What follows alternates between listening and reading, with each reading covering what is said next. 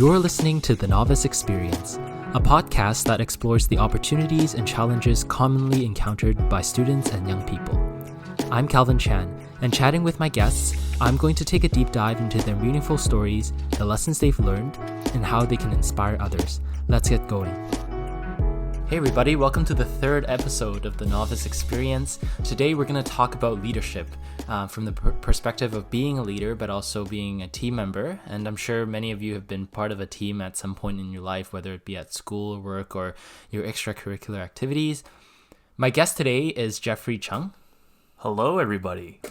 Jeffrey and I have been friends for many years, and we went through the Royal Canadian Air Cadet Program together, which is a youth program here in Canada. Jeffrey, why don't you start by giving us a brief origin story? So where you're from, some of the most defining moments or times in your life that make up who you are today. Hey everybody, thanks for having me, Kelvin. Just a brief origin story. I was born and raised here in Canada, part of the Greater Vancouver area for some of those who don't know where we are. I was born and raised here all 23 years in my life.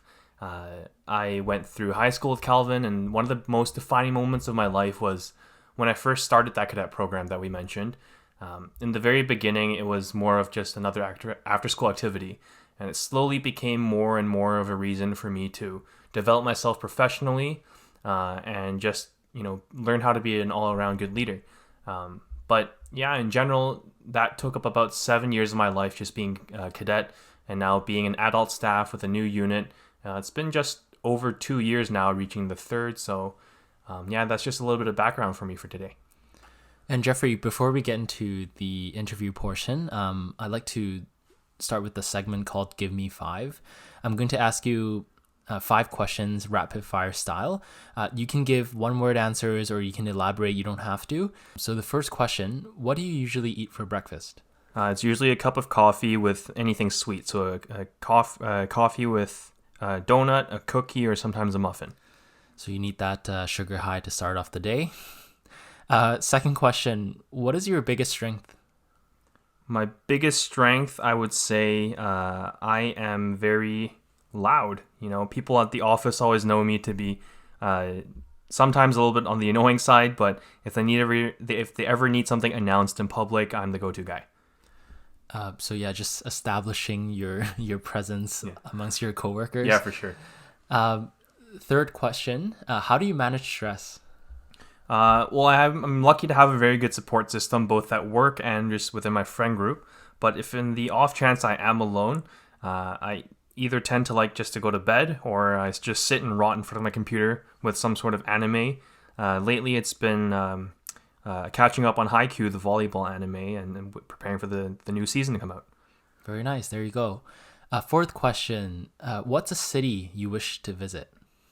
Not much a city I wish to visit, but something I prefer to move to at some point in my life, or at least take a long vacation to.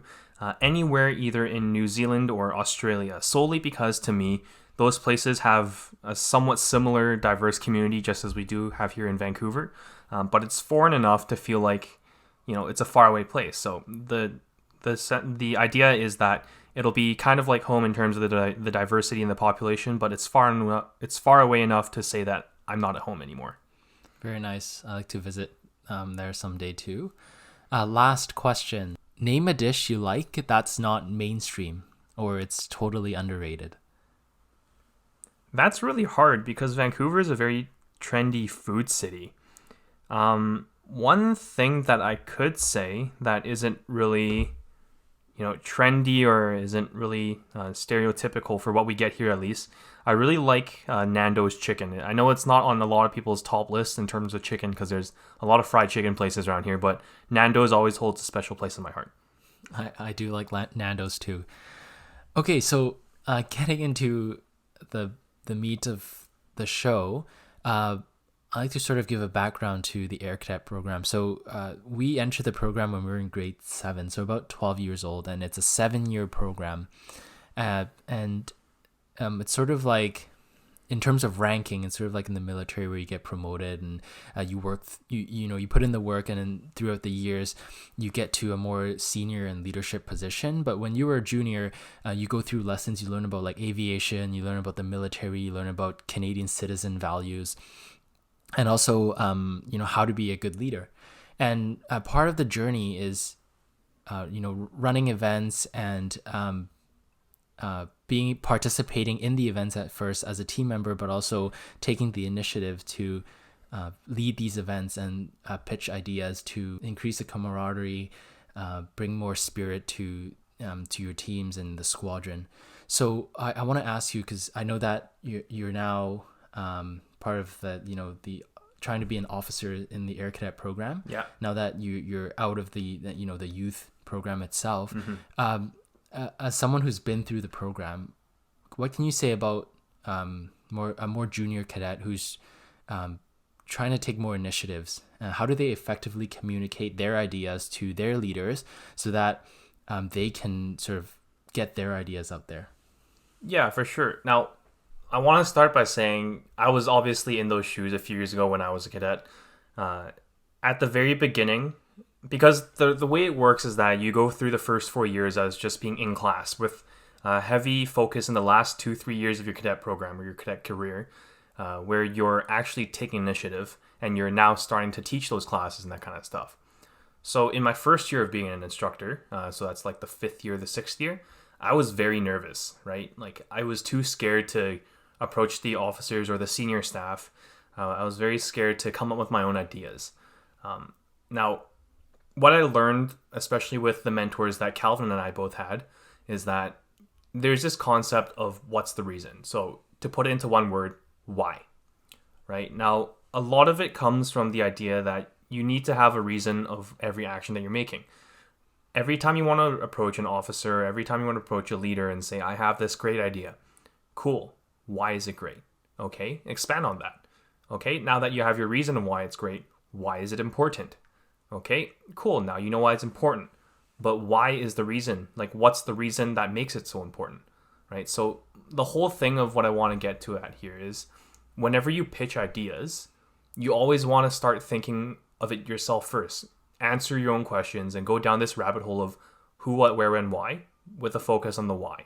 Without a reason, the officer or whoever's in charge, they're going to have a hard time buying it. Mm-hmm. And I just wanted to elaborate on, give examples on like what kind of events we do. So for example, if someone is interested in aviation, maybe they're pitching an idea to bring a group of cadets to, visit the Boeing factory. Or sometimes some people are pitching like they're doing dodgeball tournaments just to be more involved with other squadrons, or maybe holding a fundraiser to give back to our local community. So those are the kind of events where we get the experience of managing a team, pitching ideas, and so on. And what your answer really reminded me of what we talked about in the first episode of the show. And that show we talked about Start With Why by Simon Sinek, right? And I encourage our listeners to go back to that episode where we talked about having a purpose and having a mission in everything we do, everything we say, and what we think, and being able to communicate the purpose and the why of what you want to do with conviction and with confidence that you fully understand why you want to do something. And that's the difference between someone who's confident or not. Like as a leader now, when a younger cadet comes to you and they have an idea, how do you know how can you tell where one person has a more well thought out idea than the other? Exactly. And I wanted to, like what Calvin said there was also a good point that I want to make as well. If two people pitch the same idea, it's whoever has the better reason why we're doing that. Like, let's say if Calvin wants to go ski and snowboarding, and then his reason is just because he wants to, right? He thinks it's fun. Whereas if another person pitches it, let's say Johnny pitches it and says, I also want to go skiing and snowboarding for the sole reason because it'll promote, one of the aspects of the cadet program, which is to promote physical fitness. It's a fun way for the cadets to do it. And obviously the person in the higher up position will think, okay, whose idea is a little bit better? In this situation, Johnny's would be a little bit better because it goes with the values of the program. So reasoning is a really key and crucial point when pitching ideas. And I mean, as we know in physics, for every action, there's an opposite and equal reaction, right? So when you pitch something or when you have your own idea, it doesn't always go smoothly your way, and that's how it goes in the world, right? Like everyone has different ideas, and you always get pushback. So Jeffrey, in your opinion, how do you deal with that? Like, how do you be an effective person? You want to have conviction in your ideas, but be also to be able to handle maybe criticism or other people's ideas as well. Well, thinking the perspective of being on the other side now. Other side as in? Being more of a leader in the cadet program, using the cadet program as an example, being an officer or a senior adult staff now, it's very useful for me to see why I was initially rejected for my idea or why I was given certain criticisms. And you can see it in kind of, a work setting as well. As a standard associate or an employee, you're never going to know the bigger picture of why things are being done. For example, why are people being let go? Why we're making certain decisions? What the current morals or what the current goals are for the company or the program or the cadet group. So in the very beginning, for example, you would see we would be teaching a lesson one way in cadets. You would teach maybe an aviation lesson with just diagrams and just photos and that kind of stuff to give an idea. Whereas if you were to pitch the idea now, you would get not a no, you wouldn't be really encouraged to go solely with that route. Now, being in the officer position and seeing the logistics behind it, we would have a lot more resources to make that whole idea better, right? You can see now with the officer perspective, we have a budget that we can actually take the cadets into a plane cockpit to get a better idea of how things work in an aviation scenario rather than just looking at a bunch of photos. On the flip side, if you look at it from just the cadet perspective, you're going to think they're saying no because they don't like the idea.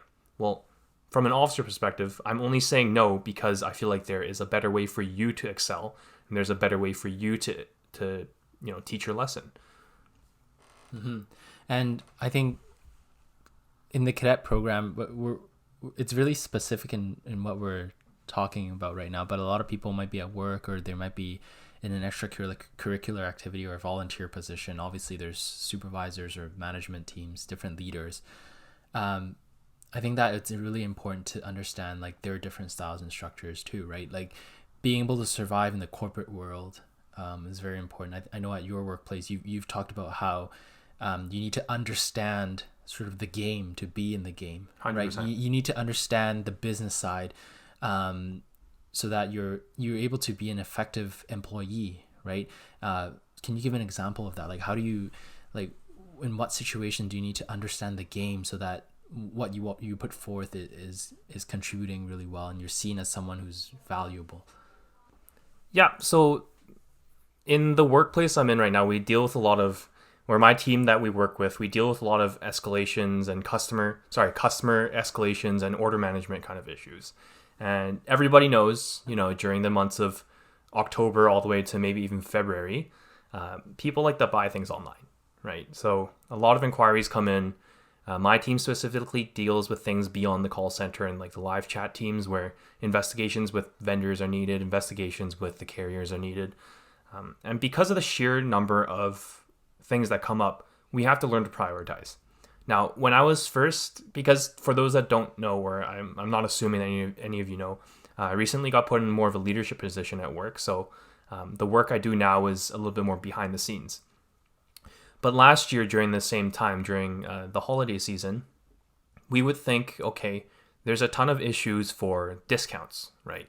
So let's just clear all the discounts now. That way we can clear out the bulk of the queue. We can clear out the bulk of the escalations. But then after a while, after about a week of doing that, our leadership team pretty much flat out and said, no, we're going to switch over to solely home delivery issues now. Now, at first it was weird because for us looking at just the numbers and taking it at face value, we had about 70% of our queue with refund issues and price matching issues, whereas home delivery was only a small 10-15%. And that never made sense to us. And even up until the point where I finally got the new position where I could see behind the scenes. We still didn't understand why we were clearing out a smaller number rather than stuff that's actually holding up our number or holding up our queues. Now, being in the leadership side, we see more of the bigger picture, right? And it goes back to what we were saying about in cadets. We see that there's a better idea, a better way to execute it. So looking at it now from the leadership perspective at work, you realize now that a lot of these home delivery ones, they're more time sensitive. It's too late and the entire matter has blown up tenfold afterwards. So again, in a work perspective now, it's more of seeing both sides of the picture, which really helps make me understand how to work things now that I've seen both sides. Yeah, I agree. I think understanding both sides, like you said, and having the experience now looking back, it's really important to have an open mind in general and understand what the general mission is, or any time sensitive issues at the moment that may hinder your ideas. And in whatever situation you are, when you're part of a team, you want to think from the perspective of whoever is managing the team, whoever is leader of the team. You want to bring value by thinking about how the team's objectives and goals can be met, instead of just being closed-minded and fervently rooting for your own ideas that other people might not see as valuable and as contributing to the overall vision of the team. So just having that in mind, the both sides thing is really important.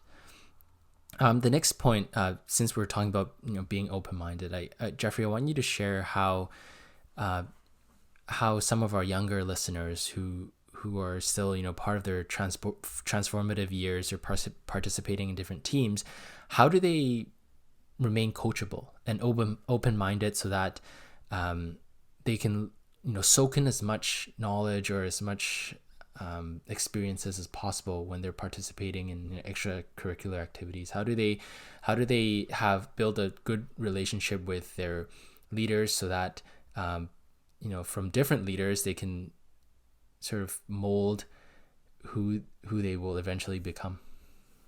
Yeah, well, I think the first thing to understand here is there's no one type of leader, there's no one type of mentor. And because of that, the whole idea of being a mentor or being mentored, is what you make out of it yourself. So being open-minded is a really good point that we should probably keep in mind for any sort of situations where you're being mentored.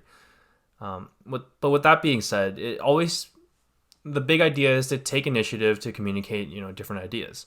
So, for example, let's say you have one mentor who is very hands-on with you in a very coachable kind of way, in a very coaching kind of way. They're very hands-on in the fact that they'll give you the idea and see what you think about it first before you go ahead. Versus another kind of mentor where they are very hands-off and are more the type where they're going to watch you run and watch you fall before they say anything. In that kind of situation, you really have to remember what you can do to change that. So for example, going back to the first one where they are more hands-on with you, sure, you can take it and you can take whatever that mentor is giving you and run with it. And if it works, great. Now you have somebody else's idea that you can run with and you can start to evolve as your own. Whereas for the second example, with the person who's a little bit more hands-off, you're going to have to start making more initiative or taking more initiative and come up with the idea first yourself, run with it, fall, and then they'll give you the examples. You can't just assume all the time that you're going to be, handheld. You're not always going to be given answers. You have to, at the end of the day, like I said in the beginning, it's more of what you make out of it rather than what's given to you. Right. And in that situation, Jeffrey, how do you think we should communicate disagreements, or when we have a different idea or different opinion of somebody else's ideas? How do we communicate that in a respectful manner so that we don't hurt the relationship, or there's other social pressures that come with that? Yeah, well, respect's always a big thing, right? Not specifically in our leadership, kind of, or a mentor kind of example, but lately at work, again, I've just been put into a position where I'm in more of a leadership role, and before that, I've only joined this company for just over a year and a half. In that basic associate role, there are others here that have joined maybe 3-4 years prior to us, but are still in the associate role, whether due to company limitations or it's just something that they enjoy. Now, with that being said, during that interview for me to become a leader, a team lead, I was asked, what happens if you have an idea and you want to, ask the others that are in the team below you to do those ideas? What are you going to do when somebody who has more time experience than you says, why should I listen to you? I've been here longer. Now, one thing I've really come to learn, especially something from the cadet program, is that when you suggest these ideas, you always want to be respectful and you want to make it as a suggestion and say, throwing random out there, hey CJ, why, hey CJ, let's do this. And if CJ comes back to me and says, why are we suddenly changing it up? Well, for me, the way I thought about it and the way I answered that question actually was, during my interview, was I would have to ask CJ and say, hey, what do we normally do? And does it work? And if CJ says, yeah, it does work, why are we changing it? Why are we fixing it if it's not broken? And that's when I would just say something like, hey, can we try this way first and see if it does any improvements? And going back to Calvin's question, I know I kind of went on a little bit of a tangent there, but you always want to be respectful with how you do things. And an easy tip that I have for those that want to be in those situations is that you want to give it off as a suggestion first. Because that way you're not really saying, okay, you have to do this. You're not saying that this old way is bad. You can suggest a new way to maybe see if things are better. And if it does work better, great. Then it works out and you can run with it. But in the off chance that it doesn't work out, you can have that backfall and say, hey, it was just a suggestion. It doesn't work. Let's replan and revise and go back to the drawing board. Yeah, I totally agree with the suggestion point.